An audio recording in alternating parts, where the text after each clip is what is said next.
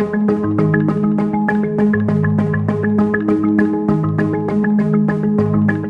Marcos, can you tell us a little bit about your military background? Well, I did not have the privilege of being born in this great nation of ours, but I did have the honor to serve in the United States Marine Corps, one of the most distinguished battalions. So I feel I have to pay back to my country because America has been really, really good to me. I mean, all the wonderful things have happened to me, but it allowed me the dignity to earn honest live in America. Don't have to go hat in hand, which is really, really important to me. So when we came upon the statue, talking about putting a statue here, and we were talking, I think Bob came up with the idea that the Black Horse Pike is right there. This will be the bedrock. We're talking about a renaissance of Atlantic City. Well, this is it. This is the bedrock. When they come in, you can imagine it's going to be about 4 or 5 feet off the ground. What is it, 12 feet? The statue and everything, World War II. And the students right here, there were 400 veterans in Stockton. So this is the place, and we're going to, obviously we're going to work with our older sister from the World War I monument, and we're going to, fix the lights and fix it up, and maybe then have volunteers from veterans here. They would be here, actually, explain the story and everything about the two monuments. So that's kind of the idea of what it's like. Thank you. You're welcome. Keep going, or okay. And General, can you tell us a little bit about your service?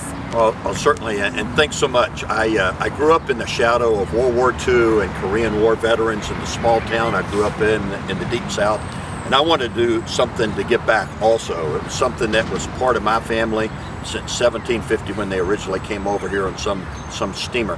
Anyway, I spent 40 years in the U.S. Army. Had a wonderful time. They treated me good. I had a little trouble in some areas, but overall it was great. What I like about this particular monument, I'll call it a monument, it's more than a statue. It's a monument because it's really dedicated to not just a person, which it is, but also to all the World War II and all the veterans that are out there, because my personal contact with medics, and that's what we called them. I know in the Marine Corps they call them corpsmen. Yeah. It's the same thing. Yeah. They did so much for me and so much for my men, especially in combat, because those are the folks you rely on more than you can ever know. But I'm happy to be part of this team. It's a great bunch of folks that's part of it. Thank you. And Bob, maybe talk a little bit about your background and why you're so attracted to this project. Sure. Well, I'm retired special agent with the FBI. After that, I was with JP Morgan Chase Bank for several years. I'm now retired.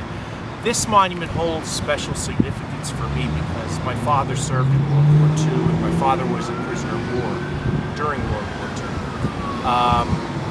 But I'd like to just talk about Fisher Sculpture, the company that is actually making this memorial, this monument to all World War II veterans.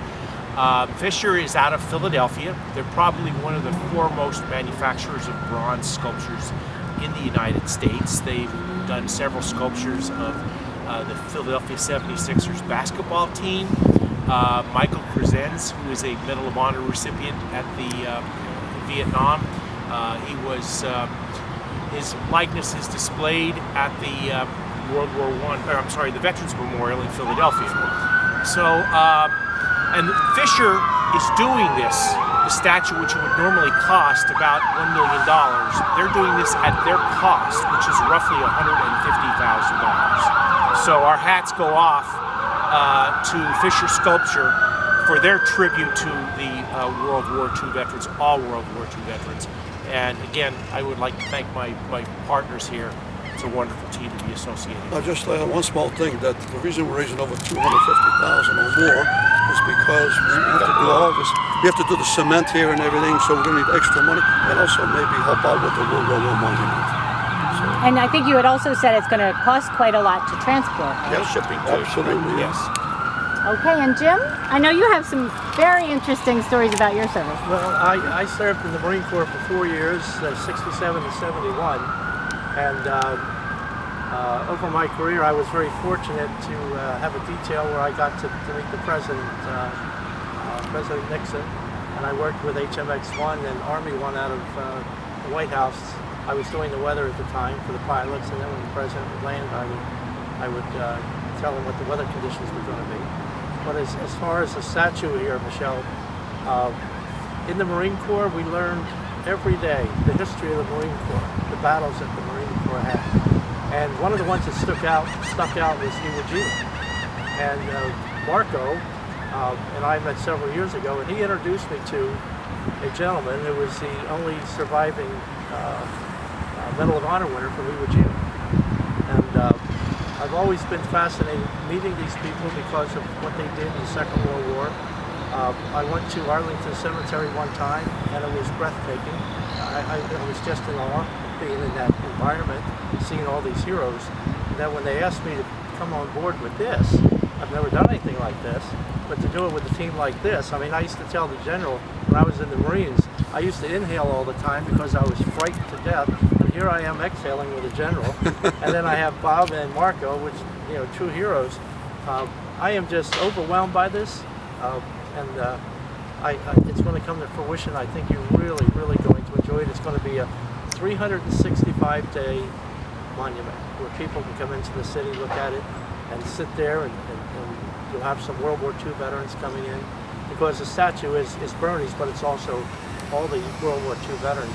And then right down the street, their brother soldiers in the World War I. So it's a great honor. Thank you.